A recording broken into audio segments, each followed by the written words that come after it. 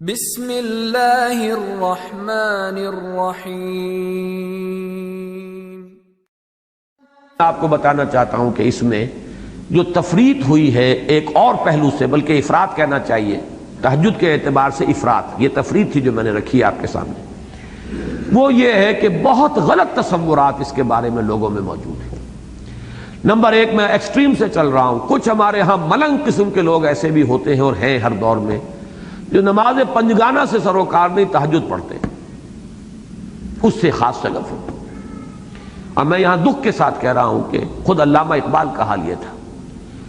نماز کے لیے اہتمام ان کا، وہ کہ نماز مسجد میں جا کے پڑھتے ہو، یہ تو ثابت ہے، کوئی شخص بھی نہیں کہتا کہ وہ نماز مسجد میں پڑھتے تھے۔ ان کے بیٹے نے بھی روض کوثر میں جو کچھ لکھا ہے، بیٹے سے زیادہ تو قریب سے جاننے والا کوئی نہیں، تو وہ صرف عیدین کی نماز کے لیے کہا، جمعے کی نماز کی بھی انہوں نے صراحت نہیں کی۔ میں یہ گمان کرتا تھا کہ جمعوں کے لیے تو جاتے ہوں گے، لیکن یہ کہ جسٹس ڈاکٹر جاوید اقبال نے روض کوثر میں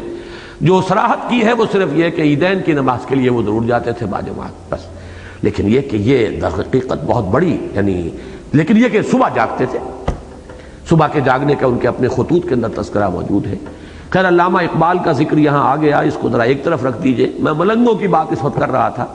کہ یہ ملنگ کچھ لوگ ہوتے ہیں کہ جو بقیہ نمازوں سے سروکار نہیں، لیکن تہجد پڑھتے اور سمجھتے ہیں بس اصل نماز یہی۔ یہ گویا کہ بالکل دوسری ایکسٹریم ہے، گمراہی کی انتہائی جو ہے وہ بات ہو سکتی ہے، جس سے اللہ تعالیٰ ہمیں پناہ میں رکھے۔ پھر میں نے بعض جگہ پر یہ دیکھا ہے، بلکہ اکثر جگہوں پر دینی اداروں میں بھی آپ کو یہ نظر آئے گا، دینی جماعتوں میں بھی نظر آئے گا کہ نماز باجماعت پنج وقتہ کا وہ اہتمام نہیں ہوتا۔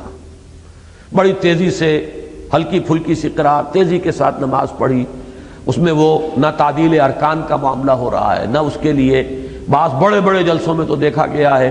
کہ وہ لاؤڈ سپیکر بھی بعض حضرات چونکہ نہیں لگاتے ہیں تو وہ مجمع لاکھوں کا ہے، اور عجیب افراتفری ہے کہ کوئی سجدے میں ہے تو کوئی کھڑا ہو گیا، یہ ناداں گر گئے سجدے میں جب وقت قیام آیا۔ یہ افراتفری، نماز باجماعت کا جو اہتمام ہونا چاہیے، در حقیقت اسی لیے میں نے بار بار لفظ استعمال کیا تھا کہ بدل یہ ہے، یہ بدل ہے، اور اس کی اہمیت، اس کا فلسفہ، اس کی جو بھی اس وقت ایمفیسس ہے ہمارے دین کے اندر، اس کے مقابلے میں تہجد کا کوئی مقام نہیں۔ زمین و آسمان کے فرق کے حوالے سے میں کہہ رہا ہوں کہ جتنا زور اس پر ہونا چاہیے، قامت صلاۃ کا جتنی مرتبہ حکم آیا ہے، قیام اللیل کا تو ایک حکم تو یہاں آیا ہے، اور اس کے بعد جو ہے صرف تہجد کا ذکر سورہ بنی اسرائیل میں وَمِنَ اللَّيْلِ فَتَہَجَّدْ میں، باقی پورے قرآن مجید میں زور، تکرار، اعادہ، ایمفیسس، وہ تو در حقیقت اس نماز پنجگانہ، نماز باجماعت کا ہے۔ تو اس کی طرف دھیان نہیں، لیکن یہ کہ وہ راتوں کو جاگنے کا معاملہ اور تہجد جو ہے اس کی طرف، وہ بھی اب پسندیدہ شے ہے جو بھی کر رہے ہیں، لیکن یہ کہ گر حفظ مراتب نہ کنی زندگی، ریشیو پروپورشن بگڑ جائے گی تو پورا مزاج بگڑ جائے گا، پورا اس کے پھر نتائج اور اثرات جو ہے وہ تبدیل ہو جائیں گے۔ وہ بات چھوٹی نہیں ہے، بہت بڑی ہے۔ پھر ایک تیسری بات کیا ہے جو تہجد کو اپنے اوپر لازم کر لیتے ہیں، التزام کرتے ہیں، وہ تہجد کی روح سے سرے سے ناواقف ہیں اکثر و بیشتر۔ وہ نماز کی تو 8 رکعتیں پڑھ لیں گے جلدی جلدی،